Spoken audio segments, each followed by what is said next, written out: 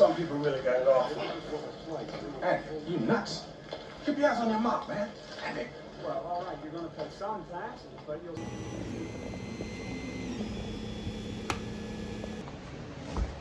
A great eye, lidless, wreathed in flame. Welcome for tuning in. Today, the winner gets picked, and somebody's gonna get lizarded. Got a special little something here, but first, let's do a morning roundup. Mo-wise, of course, we gotta fix a couple of machines. There's just a few of these that have had a rough time since Christmas, and it's really the day to do it. Mo-wise, this guy is one of them. Too many of these machines are getting clogged. We gotta do a real fixing day. Very nice guitar snake. Some pug paws. This pug head got done earlier. Unbelievably annoyingly, I had to remake this. It messed up like right at the last minute. And this D20 is doing good so far. Let's see what's in here. Chekhov's Amazon box. If it's introduced in the beginning, it has to be opened eventually. Oh yeah, you know it. It's more LED lights. I'm not exactly even sure where I'm gonna put these, but every so often, I add more. Emily tries, but misunderstands. Oh. Yup, that would be a clog right there. Everybody's gainfully employed. Let's go get that coffer. When we get back, we're going to make the first episode of M3 Crypto, where we're listening to the funny podcasts. We might just put up the lights, and then we're gonna package a whole bunch of things. Oh yeah, and a winner for the Beardy Boy will get selected. The sky is gloomy, but not my mood. I think I've said this before, but almost everything sounds fancier when you emphasize the second syllable. Actually, the formula is emphasize the second syllable and say everything else really fast. Like instead of semi-glutide, say semaglutide. Also, it seems like it needs to be a long word, and it needs to be a word that's not like in common usage, or just a word that would reasonably impress somebody if you just casually said it. Like, instead of saying ontological, say ontological. Here's an actually good one. Instead of saying parabolic, say parabolic. We're about to get Duncanological, or Dunkological. Duncanological. Like, right now, my coffee is about to be beatific, or beatific. Now, I wouldn't say it's fortuitous that I'm getting coffee, but it definitely is fortuitous. Think about it. Why would you want a Stegosaurus when you can have a Stegosaurus? You know, I'm surprised I've never read about this, but it must have been really, really terrifying whenever they dug up the first T-Rex skeleton. Like, especially, it'd be great if it was more or less a complete skeleton when that happened. I don't know. But just imagine, like, you're brushing away and you just start seeing these giant teeth that are, like, unbelievable. And then you get the skeleton and you're like, this thing was pretty much a giant fanged mouth with legs. Like, I feel like we don't have an appreciation because we've seen T-Rexes so much. Imagine not knowing that anything like that really existed. I mean, I'm sure they knew dinosaurs existed. Maybe they'd even seen a couple of predatory ones. But, like, you start seeing this thing that's, like, however tall they are, 20, 30 feet. And it's just a killing machine. It is the ultimate killing machine. You know, you could have a debate about it, I guess, but pretty much a T-Rex is the most terrifying possible creature. Not only is it a killing machine that's a couple stories tall, it's a reptile. Like, we have an instinctual aversion to reptiles, probably because we got bitten by snakes throughout time and stuff, and there was a lot of scary things in our history. Imagine finding out there's basically a dragon with like these giant teeth, and it barely even has hands. It is just for killing. It is a non-stop walking killing machine that's 2 stories tall, and it's a dragon. Like, unbelievable. Like I said, we don't talk politics on the channel, but I will talk a little crap about Hollywood, because, like, look, if people like you and me were in charge of making movies, what gets greenlit, what doesn't get greenlit, how would there not be a movie about that? Like, imagine like Russell Crowe or somebody cool like that back in the day. You know, like, it's a movie about the guy who discovered T-Rexes. And maybe there's this whole drama and stuff. Maybe you'd have to just make up too many things. It might have not been that exciting. But, man, that could be a movie right there. So, yeah, late 90s Russell Crowe, like Gladiator era Russell Crowe. He's digging up, he has a team of people probably digging up this T-Rex skeleton. And like, they reveal part of it, and then he has like dream sequences where he's like imagining or something what this thing might have been like, and just gets more and more terrifying, and it like destroys his personal life. It's basically A Beautiful Mind, but he's discovering T-Rex instead of whatever it is, game theory, right? Stegosaurus. We actually got to get a little bit of paint. We might as well grab it while we're out. I'm glad we can have these conversations. Also, I think I am going to I'm gonna actually have ChatGPT create a screenplay of the movie I just described, and then we're going to have a podcast be generated reacting to that screenplay and going over it, and we're gonna do that on M3 Crypto. Yeah, that's what we're gonna do. Yeah, we're gonna get paint while we're here. Then we're recording when we get back to the shop the first podcast-centric episode of M3 Crypto, and it's gonna be the plot line I just came up with. I did not plan that, but yeah, that's gonna be the inaugural episode. You might want to check it out. Okay, so I went a tiny bit nuts. I realized a lot of the shops probably have after Christmas sales. This is like the saddest possible strip mall just about, but there are a couple shops here, and I do pop in every once in a while to see if they have anything, and they did. It was like 70% off. It was cold, so I got a hoodie.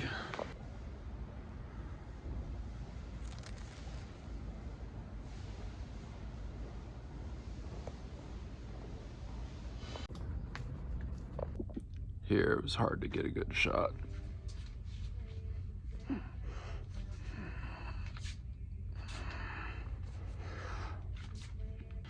I am not a spendy guy, but 70% off is 70% off. Got the paints. Mission accomplished. Yes, I'm aware this looks ridiculous.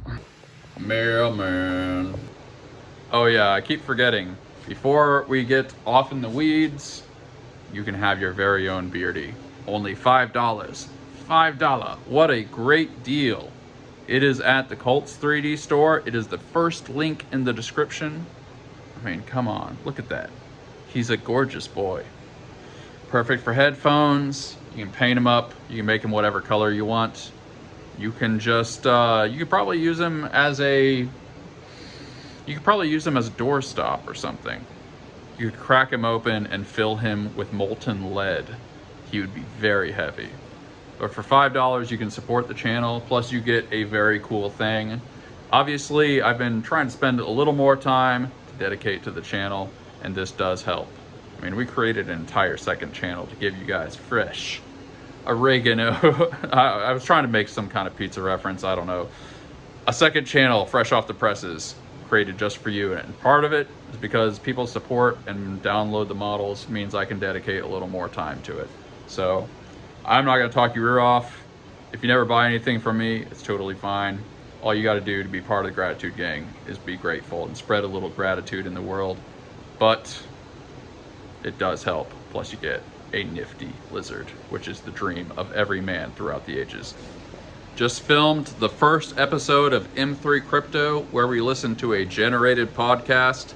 This time we are listening to, for the first official episode, we are listening to a podcast reading a script starring Russell Crowe about the discovery of the T-Rex. We talked about it earlier, but we actually did it.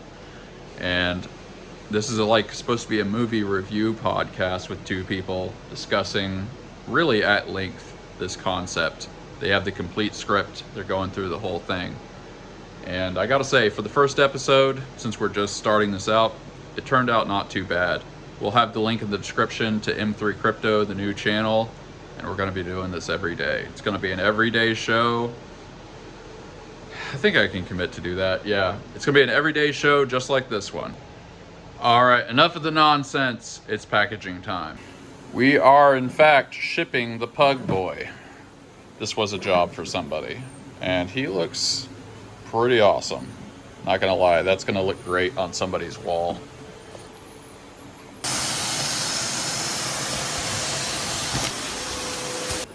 A Pug trash can, also part of that order. We have a real Pug fan here.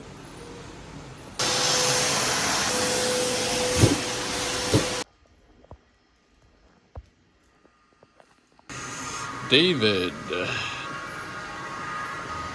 Gold dwarf. Small T-Rex skull. Steak and oranges and the sauce. Golden Buddha. Okay, so here's a tangent. We'll make it somewhat brief, but I have a whole series of thoughts on this thing, and I thought this would be an opportunity to say my thoughts. I was just listening to a podcast, not the one on M3 Crypto, an actual podcast, about self-reported happiness studies. People reference these studies for all sorts of reasons, good reasons, probably bad reasons in some cases. But, each country in the world gets ranked according to self-reported happiness. It's been a bit since I actually looked at this, but I think the Scandinavian countries ranked the highest sometimes. And there are countries that are very poor and stuff that have pretty low self-reported happiness. But it's kind of random, and it's really hard to say what these things really mean. And a point that I've never heard anybody make that I think is actually true is it's always assuming it's ranked from 100 to 0, right? 100, you're super happy. 0, you're ready to end things. Let's just put it that way. Everyone automatically assumes, without even thinking about it, that 100 happiness is the ideal, or that a higher happiness score is the ideal, something like that. And that just sounds like, well, of course that's true. Of course the goal should be, the country should be as happy as possible. How could you possibly disagree with that, right? Consider the following. Let's say we have two people. They start off with a happiness of 50. They're right in the middle. Now, both of these people have never exercised. They're not terribly out of shape. I mean, they're out of shape, but they're not they're not dying. They're just unhealthy people, basically. So at their current level of health, they're just a 50. They're not really happy. They're not unhappy. They're just bumping through life like a lot of people do. Now, let's say person number 2 decides that they're going to start working out because they don't want to just be at 50. And over the long run, obviously, it's not going to, all the reasons for working out. But they basically, in this scenario, they want to be happier. Let's say that they want to be happy 70. They want to be at the 70% mark. Now, when you work out, especially when you start out, probably a lot of you know, you're not very happy. Once you're an athlete or something, working out might be fun for you, right? You just get used to it. You stop being out of breath when you're running. Obviously, you get in better shape. That's the point. But when you first start working out, it's gonna suck. You might be at happiness 20 for a good while. Like, so let's imagine with the second person who decided to work out, there are 3 life stages. The first life stage is just where they're at now, 50. They're at 50 happiness. Now we have the working out stage, which sucks. They're at 20 happiness. Then let's say they finally work out, get in shape, and they start enjoying working out and they're healthy, basically. Let's say they're at 70 happiness. Like, because being at the 70% mark is pretty good. It's a lot better than being 50-50, right? So let's add those 3 together and average them. So I shouldn't have cut there. I can do that in my head. So 50, 20, that's 70, plus another 70, that's 140, divided by 3. That is, let me see, it would be 50 minus 3.3 repeating. So that would be 46. Yeah, 46.6 repeating. So I wish I wouldn't have done that cut. I can do that math in my head. But anyway, so the average happiness of the second person who decided to work out across their 3 life stages is 46.6 repeating. Whereas the first person who never worked out has happiness 50. Now you might be like, well, the second person is less happy, but you're just looking at the whole thing. You're not looking at the goal and there being a beginning. There's a whole narrative here. Like, they had to go down to 20 happiness, okay, to get where they're at now at 70, and they're better off. They are happier than the 50% person, right?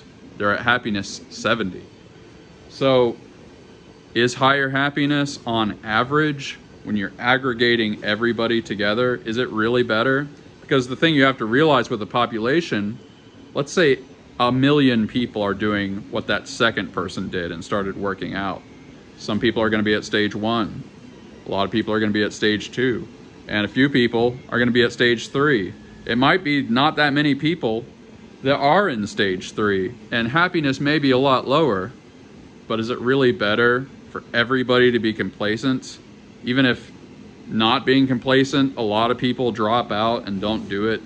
Should we have no goals because some people just aren't going to like follow through? Does that mean you don't try at all?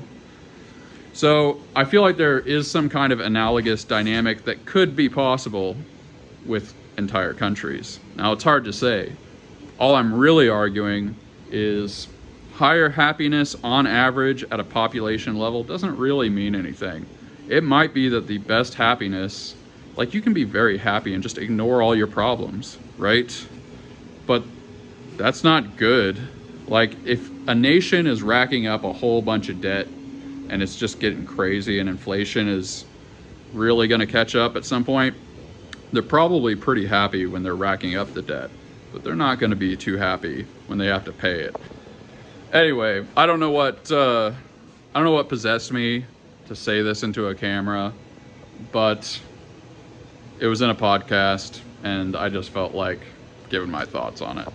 And with that totally random ranted a Black David trash can. Fresh like the oregano off of an artisanal hand-tossed pizza. That's what this content is. That's what I was trying to say. I knew it was in there somewhere. So I was designing a giant mech. Like, I'm thinking about making a mech that's this big, and I was doing this for about an hour, and I was basically saving the different components of it, and the file system somehow permanently deleted everything I had made. So we are still probably going to make a giant mech, but I'm a little discouraged right now, so we're just gonna move on. It was very cool, and I still have like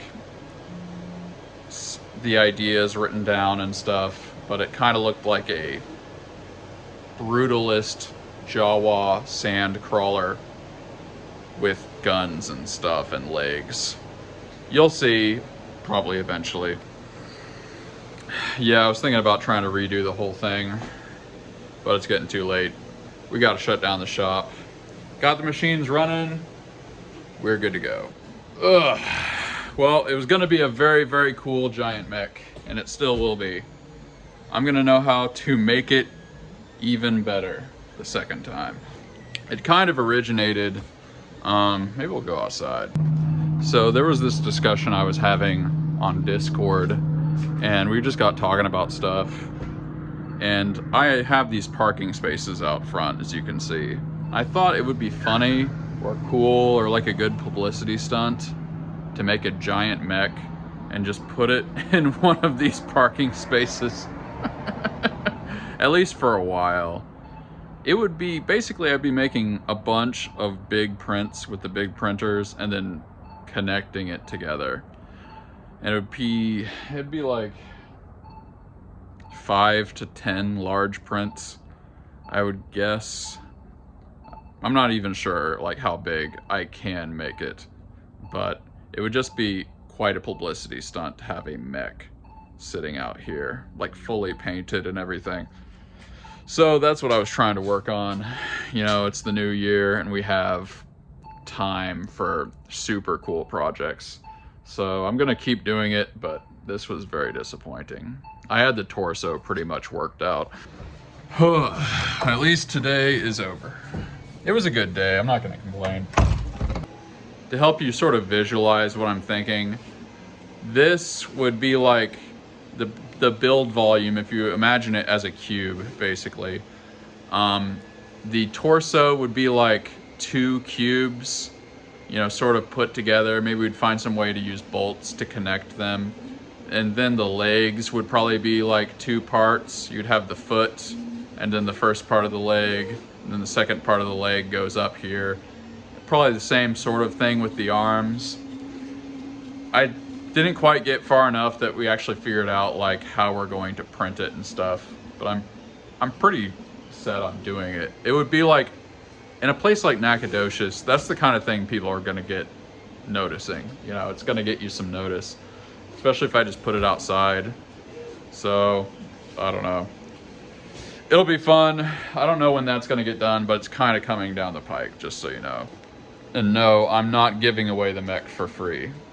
I'm generous, but I'm not that generous, guys. I'm not that good a person, okay? Ugh. Ugh. Oh yeah, gratitude time. What am I grateful for? I'm grateful that I had a very thorough practice run in making a mech. To be fair, I actually did learn a lot. I almost felt like by the end of tonight's session, I kind of figured out more about what I wanted to do with it. So actually starting over from scratch, while it sucks and is not what I wanted, it's actually kind of not the worst thing. The thing I'm actually feeling the most grateful for is the episode of M3 Crypto. And I'm not just saying that to promote it. It actually turned out really good. It's actually not super funny.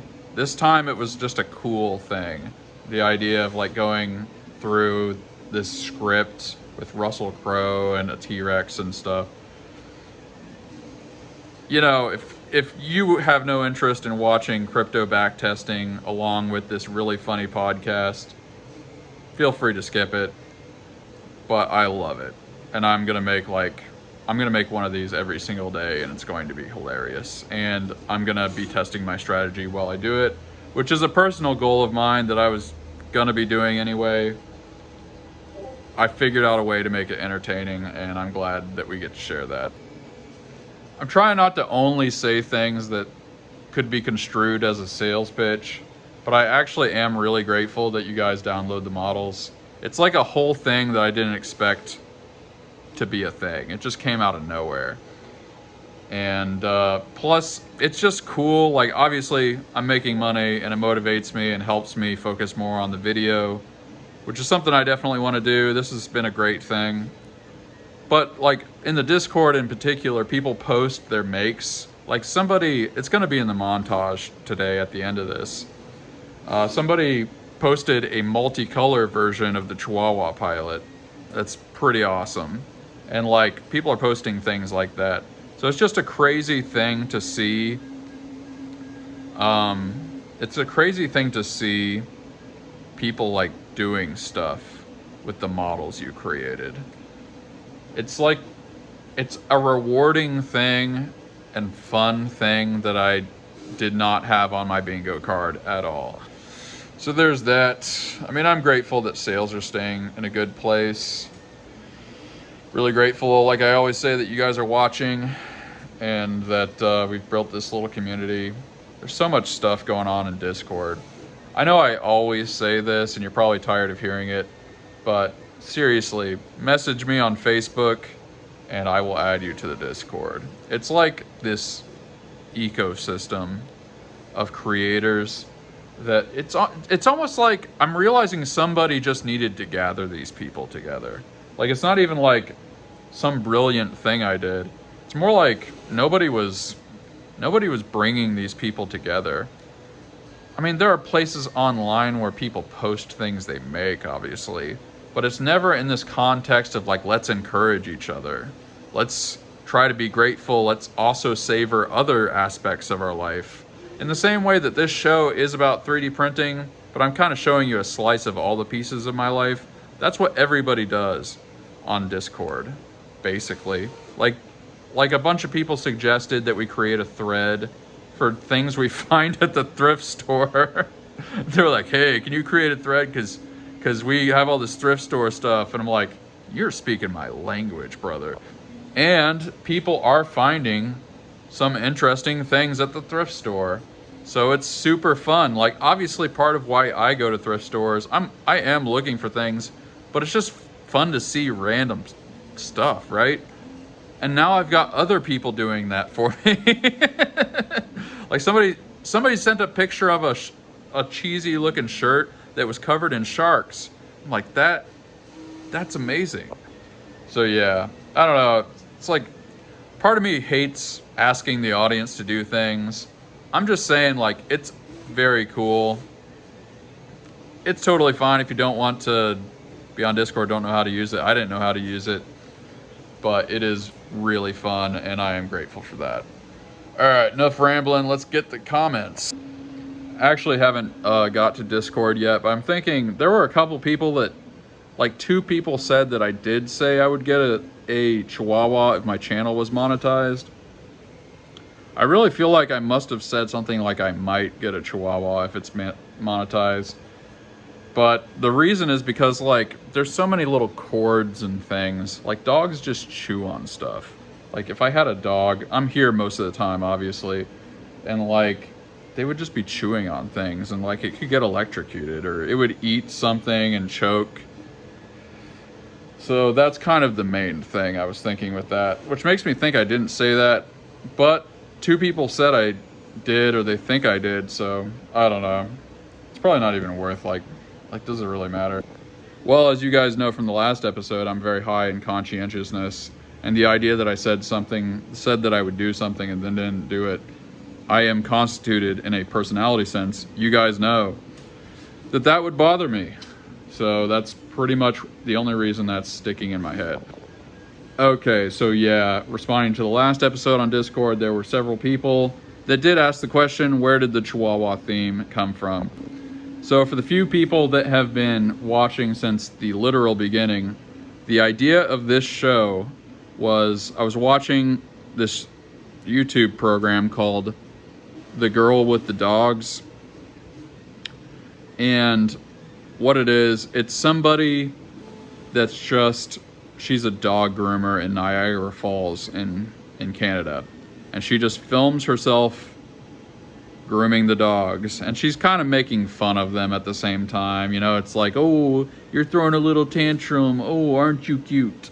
And just like making fun of like these huskies that are just like howling and throwing a fit, and it's just hilarious. So I saw that and I thought, like, I could do that, but instead of dogs, it's 3D printers. And so, like, that's kind of where this dog theme comes from. Like, we have a whole channel on Discord about pets. And yeah, it's like almost sort of an homage to the original idea. Plus, I actually do like Chihuahuas. So it's kind of like Girl with the Dogs coalesced into Chihuahuas, coalesced into the theme. I kind of mentioned this in the last episode. I also like Chihuahuas because I'm allergic to dogs, but there's so little dog there when it's a Chihuahua that I can kind of stand them. Like, I can be around a Chihuahua quite a while, especially if it's mostly outside, and you give it baths and keep it clean and that sort of thing. Like, obviously a dirty dog just makes it even worse. But yeah, as long as you kind of bathe it, I think I could have a Chihuahua, but I probably wouldn't. Like I said, I don't want to have it in a dangerous environment. Like, there are sharp things, and God only knows what's on these floors at times. So I wouldn't want to have one while I'm spending almost all my time here, probably. Unless I just really, I don't know what I'd have to do. Long story short, that's where it comes from. All right, so a couple of people sort of asked about that.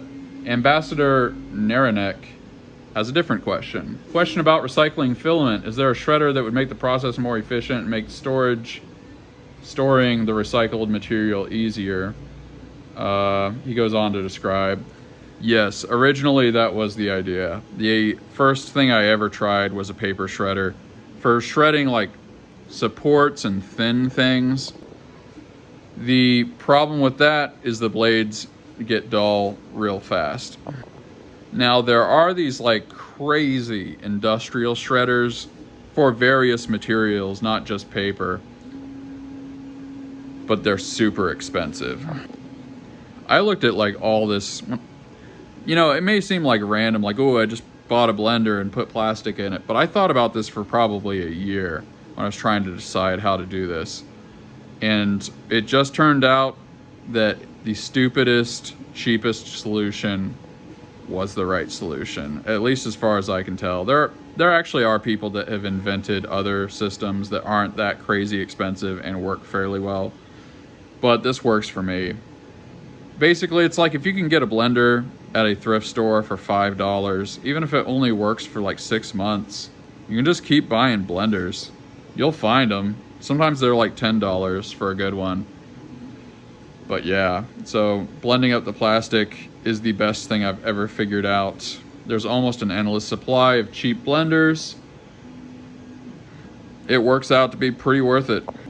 Oh, and also the dehydrators and all the other steps, basically everything can be found at thrift stores. Dehydrators are not a common thing to find at thrift stores, but I've found 3 of them, I think, so far. And they last a long time. Dehydrators are pretty robust. Yeah, basically everything else was... Oh, somebody just messaged. Well, man, that is a long story. Maybe the reason M3 stuck is because I am the third. A long time ago I said I've never said my name on this channel, and I think I still haven't, technically speaking. And I feel like I'm just going to keep that streak going. But yes, my name starts with M, and my whole name ends with 3. Now, the real story is me and my best friend growing up, way before we got into music. We would do this thing where we would pretend we were rock stars. And actually, like, obviously we could sing. Anybody can sing. And we made up these songs and stuff. We must have been like 6, 7, 8 years old. And the name I picked for myself was M3.